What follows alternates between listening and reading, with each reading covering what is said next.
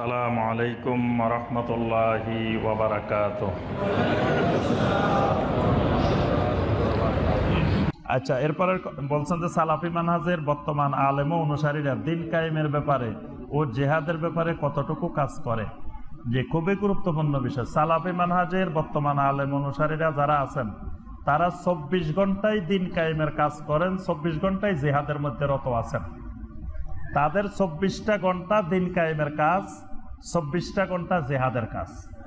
এখন কেউ কেউ এটারে জেহাদের কাজ দিন কায়েমের কাজ মনে করে না। তার অর্থ হলো তারা সঠিকভাবে দিন কায়েমে বুঝেন নাই, দিনে বুঝেন নাই। আগে তো দিন কায়েম করার আগে দিন বুঝতে হবে দিনটা কি।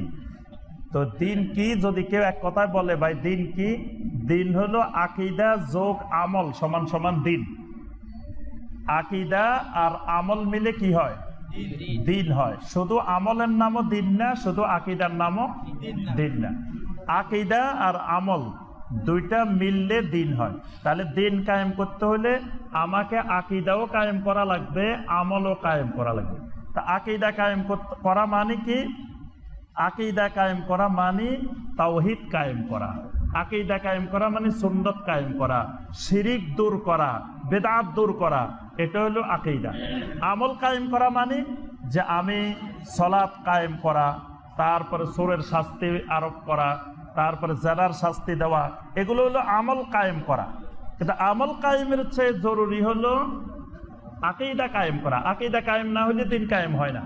যেমন ইরানের রাষ্ট্র হয়েছে ইসলামের রাষ্ট্র, কিন্তু আমরা বলবো যে এটা দিন কায়েম হয় নাই, কারণ তার আকীদাই বাতিল। তার আকীদাই হলো শিয়া আকীদা, বাতিল আকীদা। এজন্য এখানে শরীয়তের সব আমল বাস্তবায়ন করলেও দিন কায়েম হয়নি, কারণ আকীদা নেই।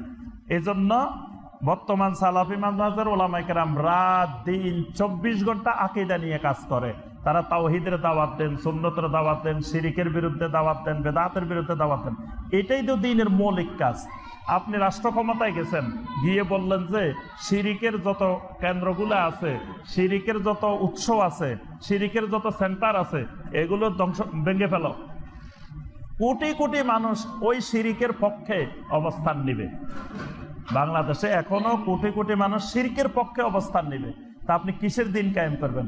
আপনার দিন কায়েম আবার করবেন যে না আমি আরো হেকমত অবলম্বন করি, আরো 50 বছর হেকমত, কিয়ামত পর্যন্ত ওই হেকমতের মধ্যে থাকবেন, কিন্তু কোনোদিন দিন কায়েম সম্ভব হবে না। যখনই দিনের কাজ করতে পারে না, কিছু কিছু ভাই আছে কয় ভাই এটা হেকমত, শিরিকের কথা কয় না, কয় না এটা হেকমত, বেদাতের কথা কয় না এটা হেকমত, হেকমতের কারণে বলতে পারে না। তো হেকমত নিয়ে কিয়ামত পর্যন্ত থাকা লাগবে, আর দিনের কিছু কায়েম হবে না। এই জন্য দিন কায়েম মানে সমস্ত নবী রাসূলেরা যেই পদ্ধতি অবলম্বন করছেন, তারা প্রথমে মানুষের আকীদা সংশোধনের কাজ করতেন।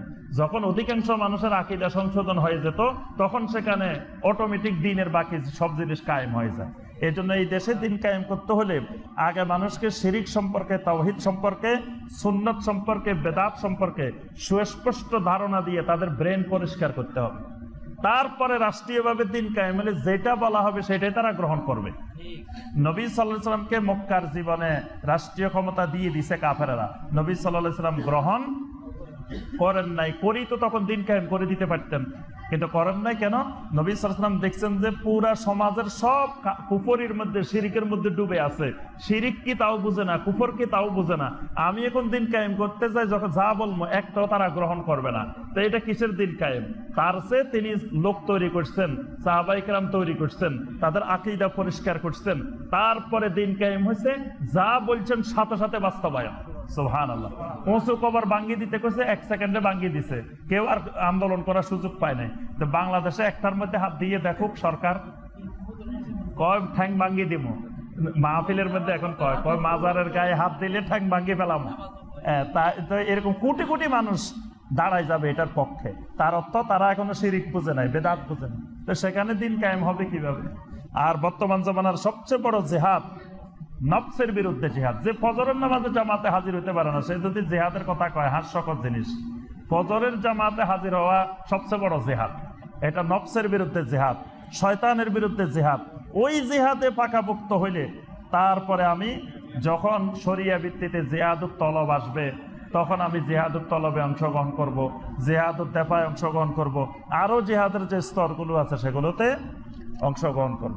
এই কারণে যারা এই কথা বলেন তারা আসলে মূলত ওই ভাইয়েরা দিন কায়েমটা ভালো করে বুঝেন নাই, বা জেহাদটা ভালো করে বুঝেন নাই। জেহাদ মানে বুঝে রয়েছেন সন্ত্রাস, মারামারি, মুসলিমে হানাহানি, এটাকে অনেকে জেহাদ মনে করে। মুসলিমে কোনোদিন জেহাদ হয় না। জেহাদ হয় কাফেরের বিরুদ্ধে, মুশরিকের বিরুদ্ধে, মুনাফিকের বিরুদ্ধে। মুসলিমে সন্ত্রাস হয়, জঙ্গিবাদ হয়।